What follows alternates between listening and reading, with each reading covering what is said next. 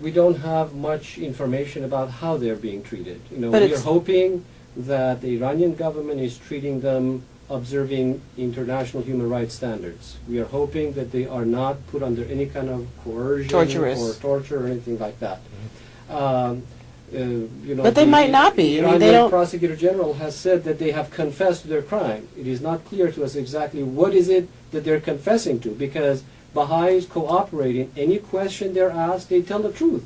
So if they're asking them, well, have you been receiving guidance from, the Baha'i Universal House of Justice, I'm sure they would say yes. Yes. But so what? So the rest of the world is also receiving those guidances. The same if guidance. That is, if that is a sign of their crime, well, the whole Baha'i world must be, a criminal. Right. And, yeah, so essentially, this whole twisting of the word about whether something is confession or not is beyond my understanding anyway. The other thing that's really kind of funny and absurd at the same time is that part of Baha'i practice is that we don't participate in partisan politics. Mhm. We stay out of all that. So the idea that Baha'is would be spies and getting into, and we're also asked as part of the law of sort of being peace builders. Mhm. Part of it is we don't participate in partisan politics because by nature it's divisive. Yeah. And the other is that we abide by the laws of whatever government. Shared some really serious stuff in the last two segments. So what is it that people can do around the world to help the Baha'is? Like a normal individual like me or like my neighbor, I mean, what can we do to do so? What can we do about it? Well, it's a good question, Nisha. Thanks. There's a lot of things, but besides doing the good works in the world and participating, it's really important that, and you'll find a Baha'i wherever you go, they're going to want to share the faith with you. They're going to want you to know about the Baha'i faith. Just become aware of its existence, because one of the first principles of the Baha'i faith is that the individual has to investigate what is truth for themselves and be true to themselves. And, Right. and Nazi was talking about that a little bit about in the earlier segment about politics, which is that truthfulness is the foundation of all human virtue. So we have to learn to be people of integrity, all people. And that really is the basis of spirituality. So we want to make sure that people investigate the Baha'i faith. Because here's the thing about becoming more spiritual in the world. The faith, the Baha'i faith, is this thing that unifies people. It's a great unifier through spirituality.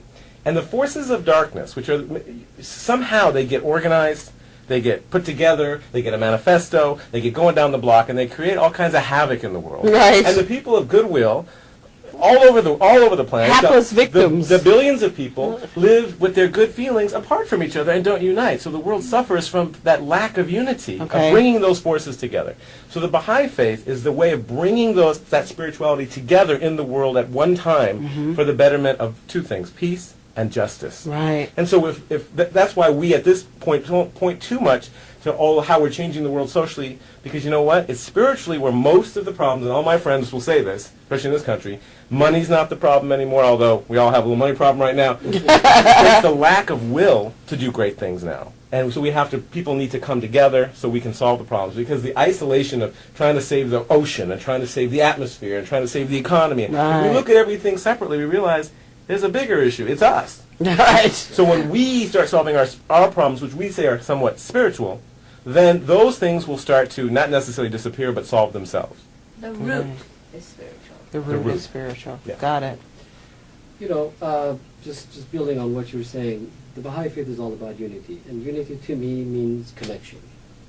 It means, am I willing to connect to someone else as a human being, regardless of where this person is from, regardless of even how this person really thinks? Because we are reaching a stage that we are becoming prejudiced against our ideologies and the way we think and our political bent and so on and so forth. But deep down, we're all human beings. So what we can do is reach out and connect so that we can actually build that unity.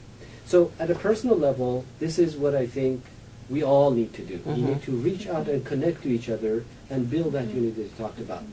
Now, at a formal level, the Baha'is are, the Baha'i faith is a nonviolent movement, just like what Martin Luther King did, just like what Gandhi did. Baha'is do not resort to force in order to bring justice. They follow legal means. So in every country they go to the government and say, look, this is how they're dealing with the Baha'is in Iran, in this country, or Baha'is in Egypt, which is a whole different story, by the way. So the United States government has drafted a resolution, H.R. 170, and also there's another resolution in the Senate that they're condemning the Iranian government for the violation of the basic human rights of the Baha'is. Okay, now we ask people of good conscience, everyone, to urge their senators and their representatives to support this. There are many human rights organizations, from Amnesty International to Human Rights Watch to Freedom House to many other NGOs. They have all written to the Iranian government to release these innocent Baha'is. And if they want to try them, at least follow due process. Let them have right to the attorneys. Let them show any kind of evidence that legitimately shows that they are, spies or whatever, and we know that they're not. So, Right. And so we can go ahead and support these human rights organizations, okay? But above all, I think what we can all do is to really open our hearts, because the Iranian government has a campaign against the Baha'is, and that's especially in Iran, but it's also coming outside of Iran. In other words, they are writing articles, producing movies, and radio shows. Wow. Essentially, all against the Baha'is, saying Baha'is are this, Baha'is are that. It's very much like what he said, they're Nazi Germany. They write on people's walls, the Zionist Baha'is. Baha'i Propaganda should be against the killed. Baha'is. Now here's a question: And Do using they the really? internet as Do well. they really believe that?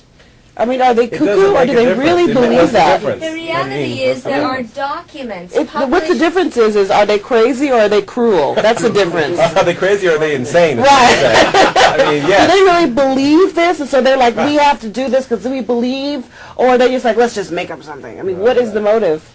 Who knows? I mean, Who I'm knows? pretty certain that in the case of my father, They- nobody in the right mind could believe that he was a Zionist spy for Iran. Right. And they knew that. Okay. They knew that. I mean, otherwise, why did they release him once they had siphoned off all his Money. assets? Right. Right. Okay, so we'll leave that. Okay.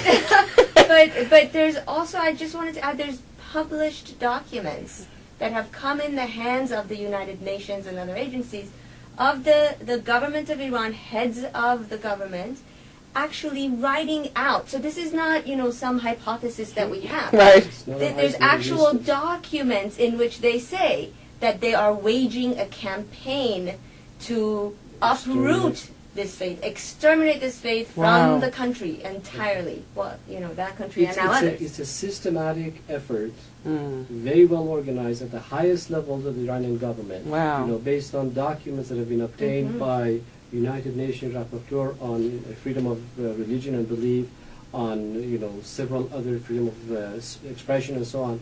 They have obtained these documents which says Baha'is should be the development of Baha'is should be stopped. Baha'is should not be allowed to go to universities.